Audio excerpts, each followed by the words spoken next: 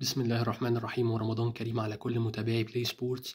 إن شاء الله هنبقى معاكم كل يوم حد لتغطية كافة الأحداث الرياضية المصرية والعالمية على صفحتكم بلاي سبورتس. والبداية هتكون مع نادي الزمالك وكاس رابطة الأندية المصرية. الزمالك لعب البنك الأهلي وانتهت المباراة بنتيجة تقيلة 3-0. كان على القيادة الفنية لنادي الزمالك لعدم وجود مدير فني بعد رحيل البرتغالي فيريرا أحمد عبد المقصود، وكان بيواجه بابا فاسيليو مدرب تقيل في الدوري المصري، وكان بيدرب المحلة سابقا، فقدر يتفوق عليه فنيا وانتهت المباراة 3-0. بعد كده هنروح لماتش في بطولة دوري أبطال أفريقيا، هو كان ماتش تحصيل حاصل بين الزمالك والمريخ السوداني، واستطاع الزمالك التفوق على المريخ 4-3 في مباراة شهدت أرقام قياسية كتير، منها تسجيل أسرع هدف في بطولة دوري أبطال أفريقيا عن طريق مصطفى شلبي، الصفقة الجديدة اللي الزمالك جابها في الصيف السنة دي. والرقم الثاني كان هاتريك ناصر منسي في شباك المريخ السوداني، أول هاتريك أفريقي لناصر منسي من أول انضمامه. ودي بشاير خير لنادي الزمالك إن الصفقات الجديدة بدأت تجيب تمنها زي ما بيقولوا، لأن الصفقات بتاعت الزمالك احنا عارفين غالية، لكن بنقول إن هي بدأت تجيب مفعول. والزمالك ان شاء الله الفتره الجايه زي ما المستشار مرتضى منصور صرح ان هم خلاص في المراحل الاخيره او الرتوش الاخيره للتعاقد مع مدير فني اجنبي، هيكون برتغالي هيكون ايطالي، هم متكتمين على اسم المدير الفني، بس نتمنى ان ده هيخلي فيه استقرار في نادي الزمالك الفتره اللي جايه ويرجع على الطريق الصحيح. تاني خبر لينا النهارده مع النادي الأهلي والمباراة اللي كان كتير منتظرينها، مباراة رد الاعتبار، ومباراة كل واحد يعرف زي ما بيقولوا تمامه ايه. الهلال السوداني بعد المباراة الأولى كسب 1-0 في مباراة كلنا شفنا أحداثها، مباراة غريبة، طاقم طبي بيضرب اللعيبة، وده الأهلي اتعود عليه في آخر ماتشات ليه في السودان على استاد زي ما بيحبوا يسموه المقبرة.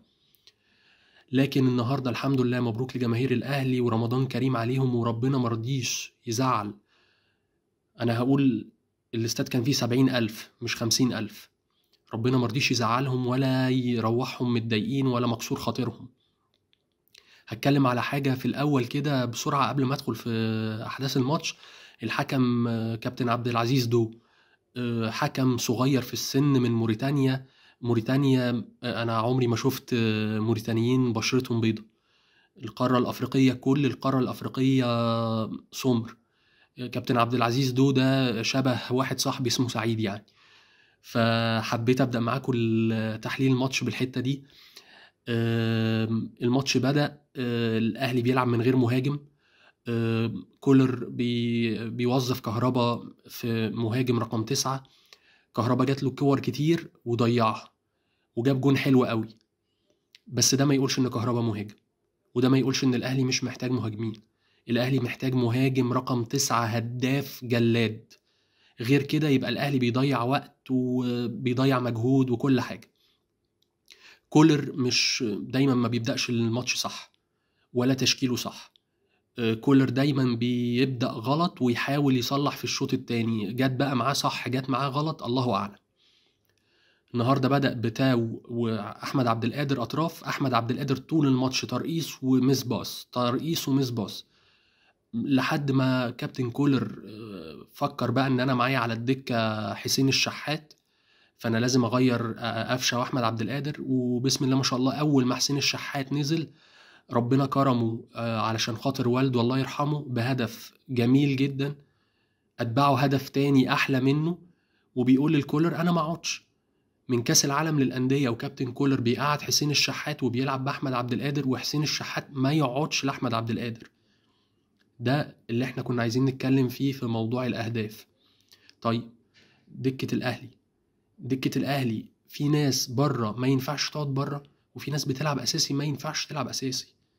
فلازم يا جماعة حد يتكلم مع كابتن كولر من الإدارة، ربنا يشفي كابتن محمود الخطيب لما يقوم بالسلامة، لازم يتكلم معاه يعرفوا إن في لعيبة لازم تبقى أساسية، ولازم الإدارة تعرف إن كابتن كولر لازم اللعيبة اللي طلبها تجيله علشان الدنيا تمشي مع النادي الأهلي. الماتش خلص 3-0 في نتيجة الحمد لله محدش كان يتوقعها بسبب الظروف اللي الأهلي كان فيها، لكن ربنا كرم وكسبنا 3-0. طيب إيه اللي هيحصل يوم الأربع؟ عندنا القرعة، الأهلي هيلاعب فرقة من 3، هنلاعب الرجاء المغربي، هتلاعب الوداد المغربي، أو الترجي التونسي. أنا من وجهة نظري الأسهل هو الترجي التونسي، وخلينا نشوف القرعة هتصفر عن إيه يوم الأربع، وأكيد هنوليكم بالأخبار على صفحة بلاي سبورتس. رسالة أخيرة بره الأحداث بس كان لازم نقولها لجماهير الهلال السوداني ورئيس النادي كابتن هيثم السباط أو السباطة، مش عارف اسمه إيه بصراحة. تحياتي الكابتن هيثم السباط اللي علق $15,000. يا ريتني أنا اللي كنت بلعب كنت خدتهم، لكن ما ينفعش، ما تكسبش الأهلي في استاد القاهرة حتى لو $1,000,000، ما تقدرش.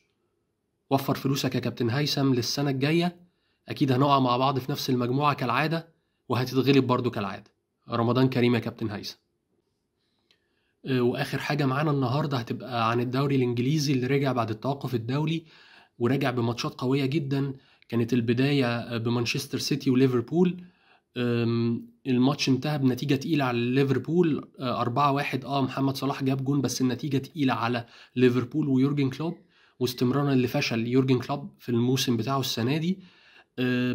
الماتش اللي كان بعده كان أرسنال قال والله انتوا كسبتوا 4-1، أنا برضو هكسب 4-1. كسب ليدز يونايتد 4-1، وأبقى على فرق النقط اللي بينه وبين مانشستر سيتي ل8 نقط، ولسه ماتش مؤجل لمانشستر سيتي.